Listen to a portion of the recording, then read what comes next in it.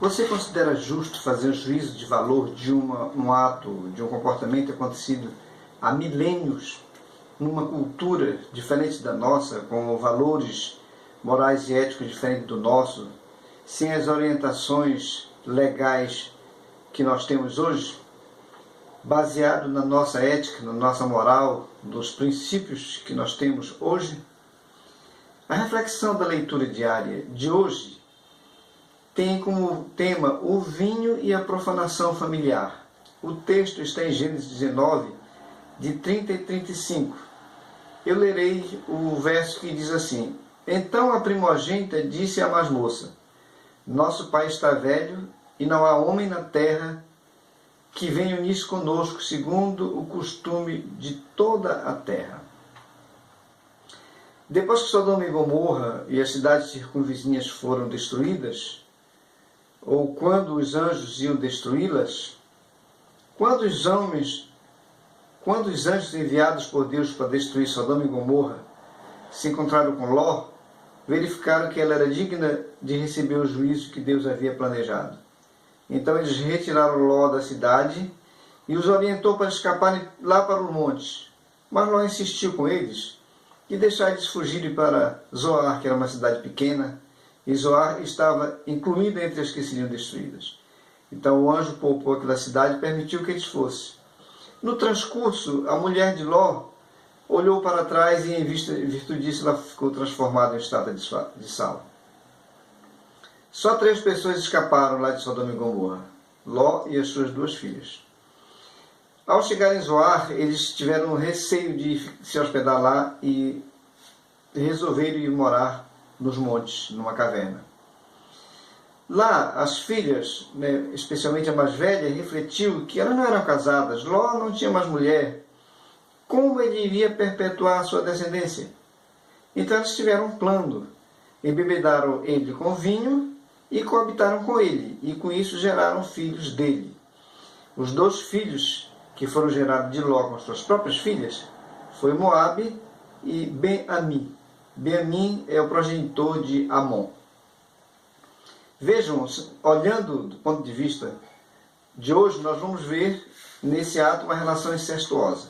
Então, o incesto é a atividade sexual entre membros de uma família ou entre parentes. É um tema muito controvertido e que é muito discutido e analisado pelos juízes de direito com relação à legalidade ou não. Mas tudo nos leva a crer que as uniões matrimoniais desse antigo passado foram de caráter incestuoso. Por exemplo, com quem casou Caim? Com quem casou Sete? Com quem casou Noé?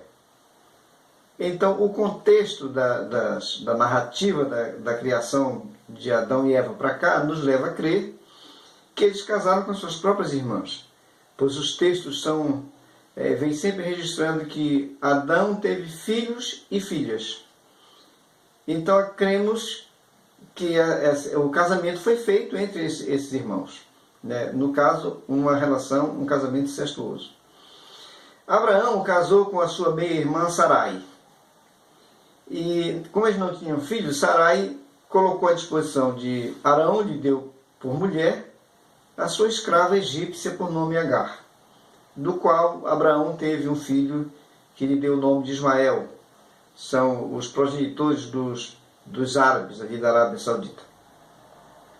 Em Gênesis 16:3 está o registro. Então Sarai, mulher de Abraão, tomou Agar, egípcia, sua serva, e deu-a por mulher a Abraão, seu marido, depois de ter ele habitado por 10 anos na terra de Canaã.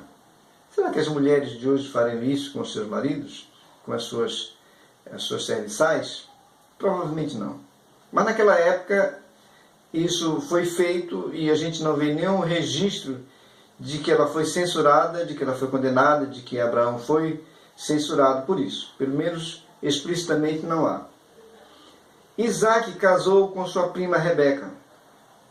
Em Gênesis capítulo 24, verso 15, nós temos o registro que considerava ele, no caso aqui, era Eliezer, Considerava ele ainda quando saiu Rebeca, filho de Betuel, filho de Milca, mulher de Naor, irmão de Abraão, trazendo um cântaro ao ombro.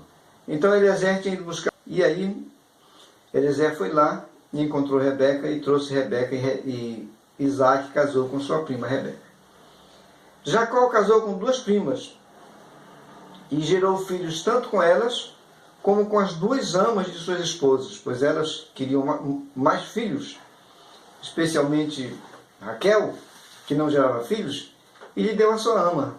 E a sua irmã também lhe deu a ama para Jacó, e ele gerou com elas 12 filhos e uma filha.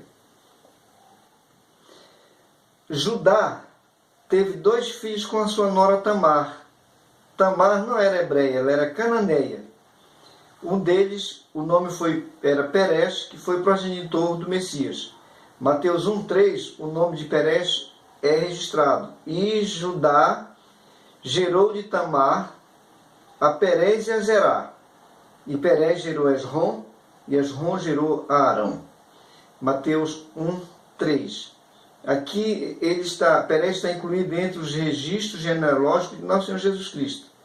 E Perez foi resultado de uma relação incestuosa de Judá com sua nora, Tamar.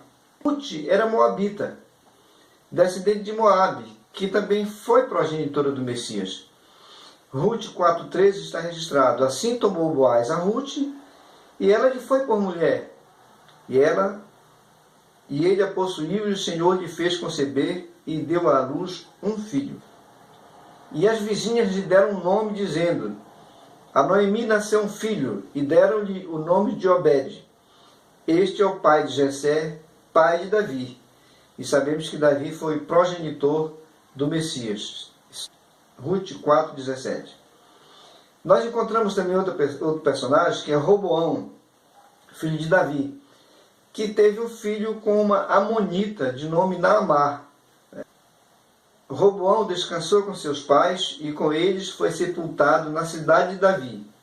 Naamá era o nome de sua mãe, Amonita. E Abias, filho de Roboão, reinou em seu lugar. Em Mateus 1,7 nós encontramos o registro de Abias, filho de Roboão com a Amonita Naamá, como um dos progenitores de nosso Senhor Jesus Cristo. Nos diz Mateus 1,7, Salomão gerou a Roboão, Roboão a Abias, Abias a Asa, e por aí vai a relação das descendências. Mateus 1,16, nós encontramos o seguinte registro: e Jacó gerou a José, marido de Maria, da qual nasceu Jesus, que se chama o Cristo. Lucas 3,31 tem um registro que já nos mostra o Messias descendendo não por parte de Roboão, e sim por parte de Natã. Ele é aqui filho de Meleá, Meleá filho de Mená, Mená filho de Matatá, este filho de Natã, filho de Davi. Porque José e Maria, todos dois descendiam de Davi. Uma da linhagem de Natã e outra da linhagem de Salomão. É por isso que aparecem aqui 2 nomes falando a respeito da genealogia de nosso Senhor Jesus Cristo. Então, a gente pode ver com esses textos que a raiz genealógica de nosso Senhor Jesus vem dessas 2 linhagens, de Abraão e Ló. Né? Os amonitas e os moabitas eram descendentes de Ló. E Jesus faz parte dessa raiz genealógica. Então, Isaac e o seu primo Amon e Moabe participaram da raiz genealógica de nosso Senhor Jesus Cristo. Por isso, nós devemos fazer com Jesus: não julgueis pela aparência, e sim pela reta justiça. Tudo isso que à primeira vista nos parece estranho, pecaminoso, impróprio, mas fez parte do projeto de Deus para a vinda do Messias. E nós louvamos a Deus porque, apesar desses contratempos, apesar dessas escorregadelas dos seus progenitores, mas ele chegou e cumpriu a sua missão, e agora nós o aguardamos para a sua segunda vinda. Pense nisso. Não faça nenhum juízo precipitado, nenhum juízo sem conhecimento de causa a respeito de qualquer assunto, de qualquer tema, de qualquer comportamento que você tenha visto, ou tenha presenciado, ou tenha conhecimento. Porque só o tempo é que vai nos dar uma resposta sensata a respeito de qualquer acontecimento. Que Deus te abençoe e tenha um ótimo dia.